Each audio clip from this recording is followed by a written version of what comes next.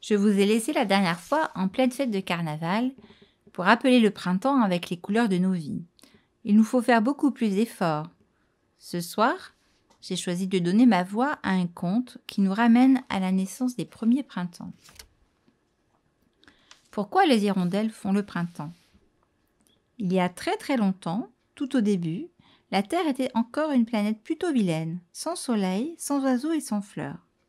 Les gens craignaient la faim et les maladies et ils passaient leur temps dans leurs abris à regarder le ciel toujours gris. Non, c'est vraiment trop triste. Il faut absolument faire quelque chose, s'écria un jour le bon Dieu. Et comme il était un peu magicien, il fit immédiatement quelque chose. Il ouvrit ses deux mains et deux petits oiseaux blancs comme neige y apparurent. « Bienvenue, mes belles hirondelles, dit le bon Dieu tout content. Allez vite, portez la joie et le bonheur parmi les hommes, construisez vos nids près de leur maison. Chantez sous leur toit, et en vous regardant, ils apprendront à aimer la vie. » Aussitôt, les deux hirondelles prirent leur vol et descendirent sur la terre.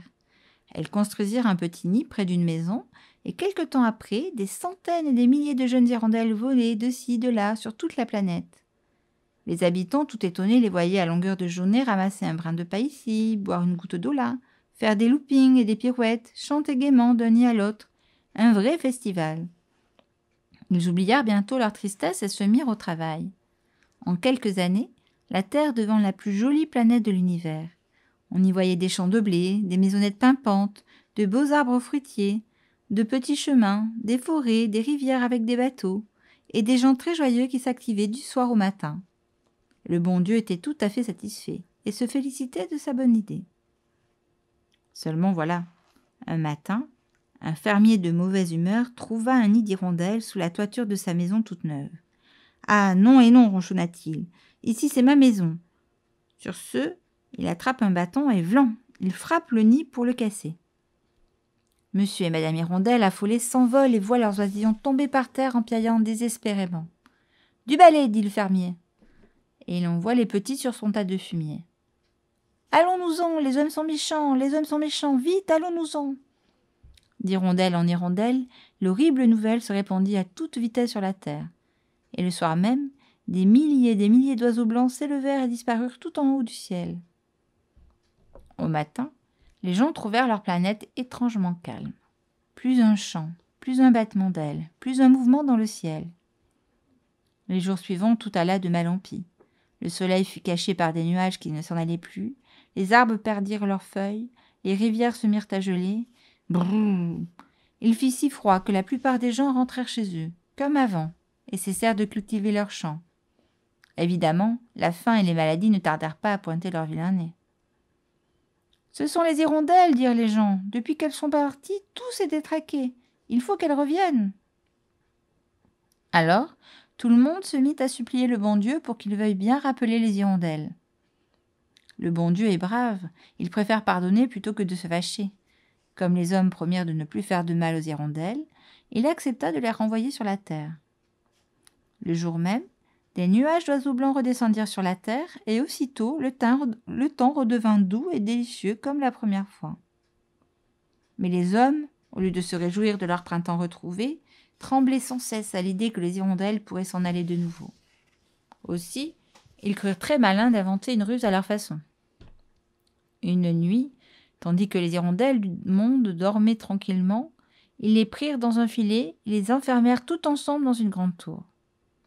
Au matin, quand les hirondelles prirent leur envol comme d'habitude, elles se cognèrent dans la muraille, et bientôt un tintamarre de cris, de battements d'ailes et de coups de bec affolés retentit dans la tour.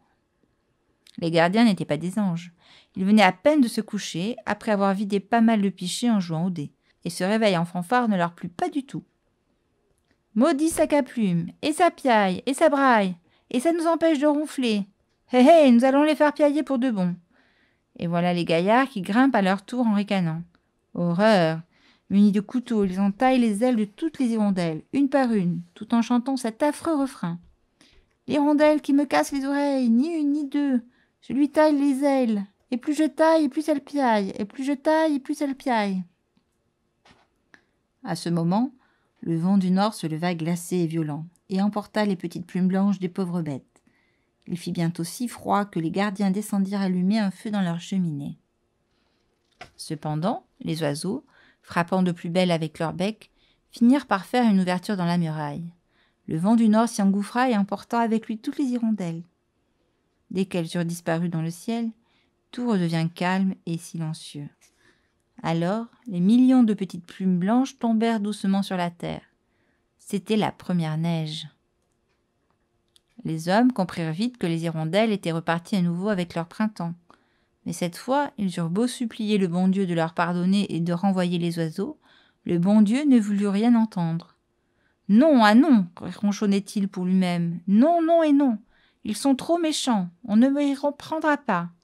Mais on n'est pas bon Dieu pour rien.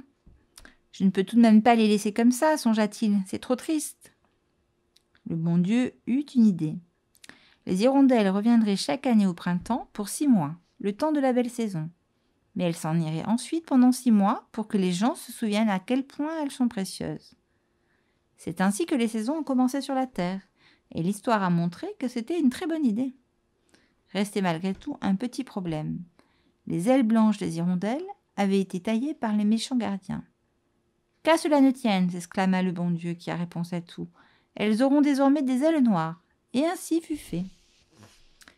Espérons que nous saurons accueillir à nouveau les hirondelles, qu'elles seront assez nombreuses pour faire lever un nouveau printemps et apporter sous leurs ailes la paix pour nos enfants, le printemps de nos vies.